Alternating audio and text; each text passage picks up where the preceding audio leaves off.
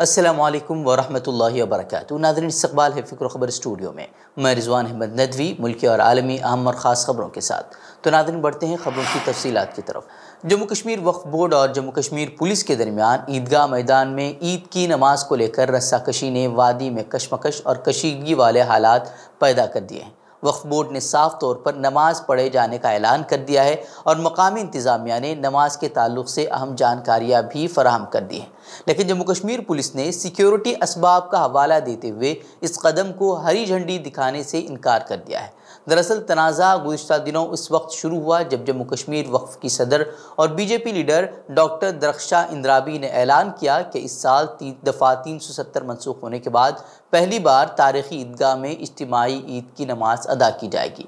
दूसरी तरफ जम्मू कश्मीर पुलिस बड़े पैमाने पर एहतिजाजी मुजाहरों और तशद्दुद के पिछले रिकॉर्ड का हवाला देते हुए ईदगाह मैदान में इज्तिमाई ईद की नमाज की इजाज़त देने के हक़ में नहीं है। लेकिन सवाल यह है कि जब हुकूमत बार बार ये दावा कर रही है कि कश्मीर में सब कुछ ठीक है, तो फिर इज्तिमाई नमाज की इजाज़त देने से इनकार क्यों किया जा रहा है। काबिल ज़िक्र बात यह है कि वक्फ़ बोर्ड ने पहले ही मुनासिब सहूलियात के साथ ईदगाह मैदान की तामीर नौ का काम शुरू कर दिया है, फिर भी ईदगाह मैदान में इज्तिमाई ईद की नमाज का इम्कान कम ही नज़र आ रहा है। ऐसा इसलिए क्योंकि आला पुलिस अफसर ने सोनमर्ग में एक तकरीब में शिरकत के बाद नामानिगारों से बात करते हुए कहा था कि जहाँ तक इलाके में निज़ाम कानून की हालत का सवाल है तो अफसरान कोई जोखिम उठाना नहीं चाहते और ईदगाह में ज़बरदस्त भीड़ की वजह से ख़तरा पैदा हो सकता है। वैसे RSS की रैलियों को इजाज़त मिल जाती है। हिंदुत्व शिद्दत पसंद अनासिर की खुलेआम मुसलमानों के ख़िलाफ़ शरंगेज़ी के बावजूद उनकी रैलियों को पुलिस तहफ़्फ़ुज़ के साथ निकलने की इजाज़त दी जाती है, लेकिन नमाज की इजाज़त देने से इंतज़ामिया को खौफ महसूस होने लगता है। और केरल के ज़िला कन्नूर के थलसरी में बम धमाके में एक RSS का एक कारकुन शदीद ज़ख्मी हो गया है। इस वाक़े में उसकी दोनों हथेलियाँ फट गई हैं और ज़ख्मी की शनाख्त 20 साला विष्णु के तौर पर हुई है। ये वाक़या मंगल की रात 11:30 बजे पेश आया था। पुलिस का कहना है कि धमाका मुबैना तौर पर बम बनाते वक्त हुआ है। वही धमाका खेज़ मवाद एक्ट के तहत उस पर मुकदमा दर्ज कर लिया गया है। वही पुलिस का कहना है कि उससे मजीद पूछताछ की जा रही है। फिलहाल वो कोझिकोड के एक निजी अस्पताल में इलाज के लिए दाखिल है। बता दें कि जनवरी के महीने में भी केरल के कन्नूर ज़िले में एक बम धमाके में एक शख्स शदीद ज़ख्मी हो गया था। वैसे अगर कोई किसी मुसलमान के पास एक छुरी भी मिल जाती है तो वो दहशतगर्द करार पाता है और कौमी तहक़ीक़ाती एजेंसियाँ सरगर्म हो जाती हैं। वैसे सवाल यह है कि आखिर RSS कारकुनान को बम बनाने की ज़रूरत क्यों आन पड़ती है और कौमी तहक़ीक़ाती एजेंसियाँ अब तक क्यों खामोश इस मामले में बैठी हुई हैं। अब तक कोई तहक़ीक़ात, कोई कार्रवाई RSS के ख़िलाफ़, RSS कारिंदों के ख़िलाफ़ क्यों नहीं की जा रही। और तेलंगाना हुकूमत ने हैदराबाद के LB स्टेडियम में मुसलमानों के लिए इफ्तार पार्टी का अहतमाम किया और इस मौके पर रियासत के वज़ीर आला KCR ने खिताब करते हुए कहा कि मुल्क सही लीडर का इंतज़ार कर रहा है और पार्टी ऐसी सूरत हाल में मुल्क को बचाने की पूरी कोशिश करेगी। वहीं वज़ीर आला ने अपने खिताब में वाज़ेह किया कि ये मुल्क सबका है, वो गंगा जमनी तहज़ीब को बचाने के लिए खून के आखिरी कतरे तक लड़ते रहेंगे। वहीं KCR ने वाज़ेह किया कि अगर मरकज़ी हुकूमत ने रियासती हुकूमत के तरीक़े से काम किया होता तो तेलंगाना की मईशत मज़ीद तरक्की करती। उन्होंने कहा कि अक़लियतों की फ़लाह व बहबूद के लिए 9 बरस में 12,000 करोड़ रुपये खर्च किए गए हैं। उन्होंने वाज़ेह किया कि फ़ीकस आमदनी और बिजली की खपत के लिहाज से हमारी रियासत मुल्क में सर-ए-फ़हरिस्त है। वहीं KCR ने कहा कि किसानों की ख़ुदकुशी को भी उनकी रियासत ने मुकम्मल तौर पर रोक दिया है और बेरोज़गारी भी यहाँ कम होती जा रही है। वहीं बुध को दिल्ली में जनता दल यूनाइटेड और राष्ट्रीय जनता दल के सरकर्दा रहनुमाओं से मुलाकात के बाद कांग्रेस लीडर राहुल गांधी ने कहा कि अपोजिशन जमातों को मुत्तहिद करने के लिए ये एक तारीख़ी कदम उठाया गया है। दरअसल राहुल गांधी ने कांग्रेस सदर मल्लिकार्जुन खड़गे के साथ कौमी दारुल-हुकूमत में बिहार के वज़ीर आला नीतीश कुमार और नायब तेजस्वी यादव से मुलाकात की। मीटिंग के बाद एक प्रेस कॉन्फ्रेंस में चारों लीडरों ने कहा कि तीनों पार्टियां 2024 का लोकसभा इलेक्शन एक साथ लड़ेंगी। वहीं राहुल गांधी ने कहा कि ये एक प्रोसेस है और हम मुल्क के लिए अपोजिशन के विज़न को आगे बढ़ाने के लिए काम करेंगे। उन्होंने कहा कि हम अपोजिशन जमातों के साथ मिलकर काम करेंगे जो हुकूमती इदारों और मुल्क पर हमले के ख़िलाफ़ लड़ने के लिए हमारा साथ देंगी। नीतीश कुमार ने कहा कि ज़्यादा से ज़्यादा अपोजिशन पार्टियों को मरकज़ में हुक्मरान भारतीय जनता पार्टी के ख़िलाफ़ लड़ने के लिए इकट्ठा होना चाहिए। आपने सवाल पूछा कितने अपोजिशन पार्टी को इकट्ठा करना है।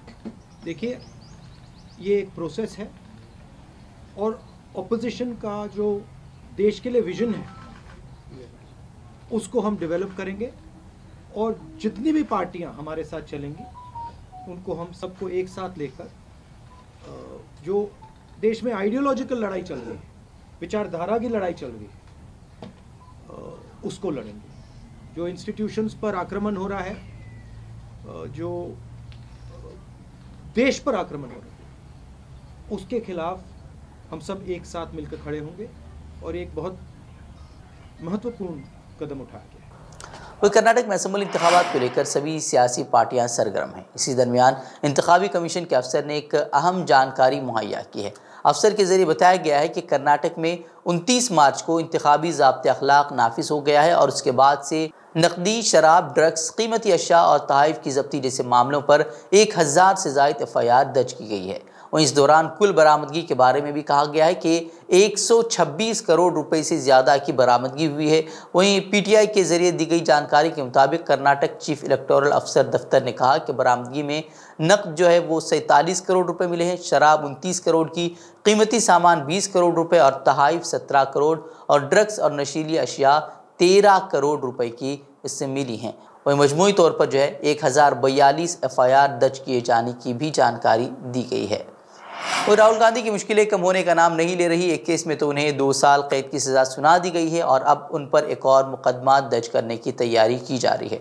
वहीं अब सावरकर के पोते ने महाराष्ट्र की एक अदालत में कांग्रेस रहनुमा राहुल गांधी के खिलाफ मुजरिमाना हद की इज्जत की शिकायत दर्ज करने के लिए दरख्वास्त दी है, जिसमें उन्होंने लंदन में राहुल गांधी पर तकरीर के दौरान सावरकर के खिलाफ झूठे इल्ज़ामात लगाने का इल्ज़ाम आयद किया है।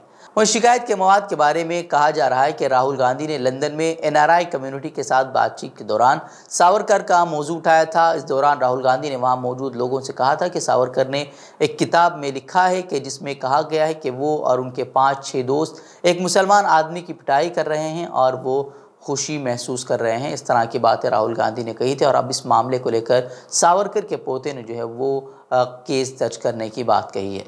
एक मुसलमान व्यक्ति को पीटा और उस दिन उनको बहुत खुशी हुई।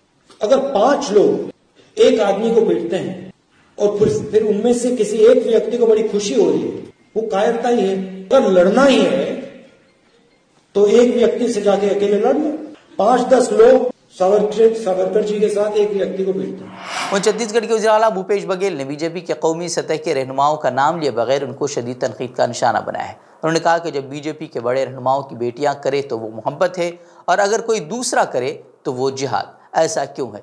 उन्होंने कहा कि बीजेपी के बड़े रहनुमाओं को अपने सीनियर रहनुमाओं से पूछना चाहिए कि उनकी बेटियां कहां और किसके साथ रहती हैं।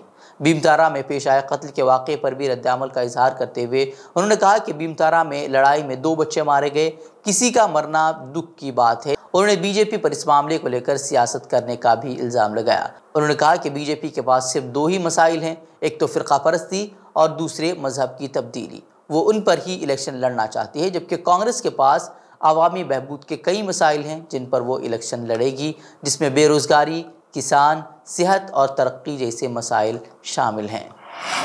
इजराइल में इंतहाई दाएं बाजू की जमात के बरसर इख्तिदार आने के बाद से जुल्म और जबर के न रुकने वाले सिलसिले में तेज़ी आ गई है। शिद्दत पसंद उज़रा की इश्तिआलांगेज़ियों ने सहयूनियों को उकसा दिया है और गैर कानूनी आबादकारी के नाम नहाद ऑपरेशन और छापामार कार्रवाइयाँ की जा रही हैं। रवा साल में अब तक तकरीबन 100 फ़लस्तीनियों को शहीद कर दिया गया है, जबकि 100 से ज़ायद फ़लस्तीनियों की लाशों को भी इजरायली तहवील में रखा गया है ताकि उनके अहल खाना को सज़ा दी जा सके। वहीं बैतुल मक़दिस के मुक़द्दस शहर में बदअमनी की लहर के बाद वहीं इसराइल ने मस्जिद अक़सा के अहाते में यहूदियों और सयाहों का दाखिला अब रोक दिया है। तवक्को है कि ये पाबंदी 20 अप्रैल तक बरकरार रहेगी। वहीं गुज़िश्ता दिनों सहयूनी फ़ौज ने मस्जिद अक़सा में नमाजियों पर हमला करके उसे मैदान जंग बना दिया था। इसराइली फ़ौजी दंदनाते हुए मस्जिद के अंदर दाखिल हुए थे और इबादत में मसरूफ़ लोगों को तशद्दुद का निशाना बनाया था। उसके बाद भी लगातार तशद्दुद के वाक़यात पेश आए थे, जिसमें गुज़िश्ता दिनों 2 नौजवानों को इसराइली फ़ौज ने गोली मारकर उन्हें शहीद कर दिया था और इससे कबल भी जो है एक नौजवान को 15 साल नौजवान को उसके सर पर, पेट पर और सीने पर गोली मारकर शहीद कर दिया गया था। तो नाज़रीन, खबरें मज़ीद खबरों के लिए आप हमारे वेबसाइट www.fikrkhabar.com की तरफ कर सकते हैं। वीडियोज़ के लिए हमारे YouTube चैनल को सब्सक्राइब करें। तो नाज़रीन, इजाज़त दें। अस्सलामु अलैकुम वरहमतुल्लाहि वबरकातुहू।